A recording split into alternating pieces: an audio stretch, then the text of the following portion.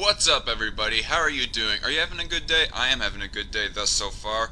So, I get around on the internet a lot, and what I see pretty often, in the political side of the internet, when I go on the internet, it's mainly around the political side of things that I hang around.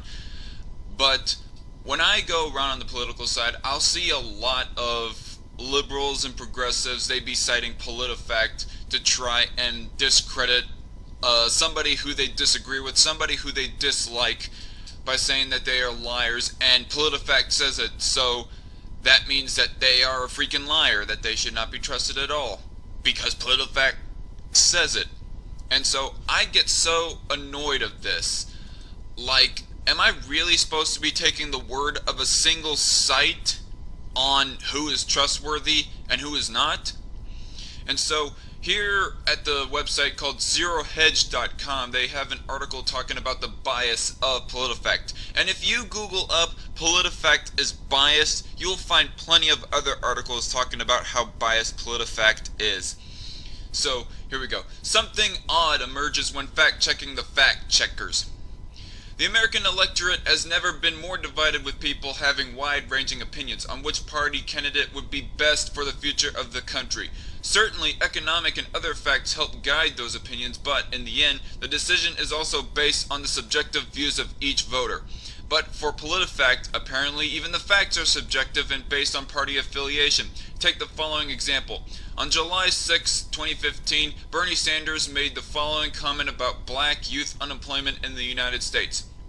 For young people who have graduated high school or dropped out of high school who are between the ages of 17 and 20, if they happen to be white, the unemployment rate is 33%.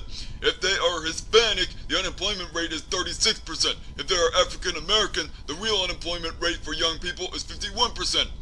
Shortly after that comment was made, Politifact decided to fact-check Bernie's assertion that black youth unemployment was sky high and found that it was mostly true. Sanders said that for African Americans between the ages of 17 and 20, the real unemployment rate is 51%. His terminology was off, but the numbers he used checked out, and his general point was correct, that in an apples-to-apples comparison, African American youth have significantly worse prospects in the job market than either Hispanics or whites do. The statement is accurate but needs clarification or additional information, so we rate it mostly true.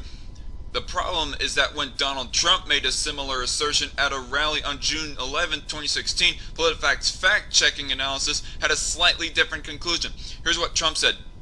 If you look at what's going on in this country, African American youth is an example. 59% unemployment rate. 59%. But this time around, Politifact claimed that Trump exaggerates the level of black youth unemployment through a misleading use of statistics. Politifact concludes that Trump's comments are therefore mostly false.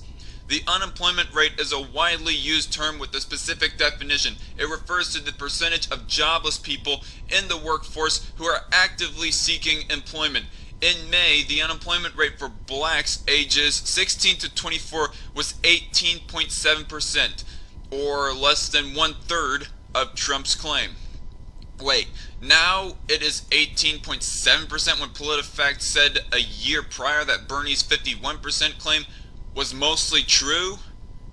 Now, you do not have to be a genius to know that Politifact is getting their numbers wrong. They're getting their numbers mixed up, obviously.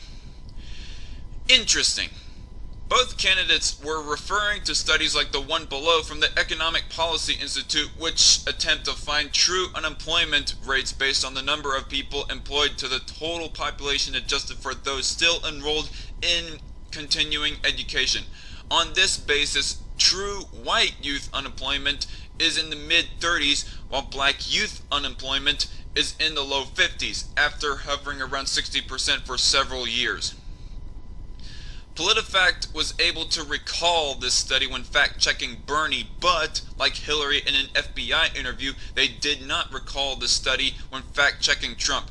We rate Politifact's fact-checking mostly biased. And indeed, it is mostly biased. Now, PolitiFact, they might have been fair to a few Republican politicians. I mean, I think I recall them saying that Scott Walker was mostly correct in his assertion that he made a surplus for his state, but that's one example. Whereas the most examples that I have seen, PolitiFact is consistently railing on conservatives, right-leaning libertarians, and Republicans. And the point is of why that I wanted to bring up this article right here from Zero Hedge is that I see constantly that people on the internet, they'll bring up PolitiFact to show that a conservative is mostly false, or a liberal is mostly true, or this liberal is the most trusted, or that conservative is the least trusted. And I'm thinking to myself, why should I believe that? Why should I believe the analysis of PolitiFact when I know pretty much that they're left-leaning? That they are far left-leaning, in fact, almost.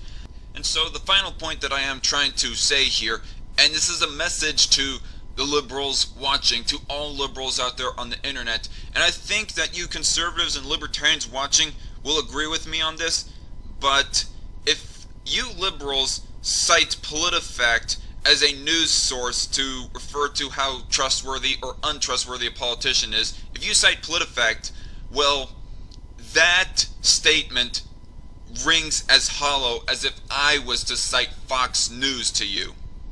It's meaningless for you to cite PolitiFact to me, because I just will not plain will not believe it. And so that is all I have to say for in this video, and I will see you all in the next one. Bye bye.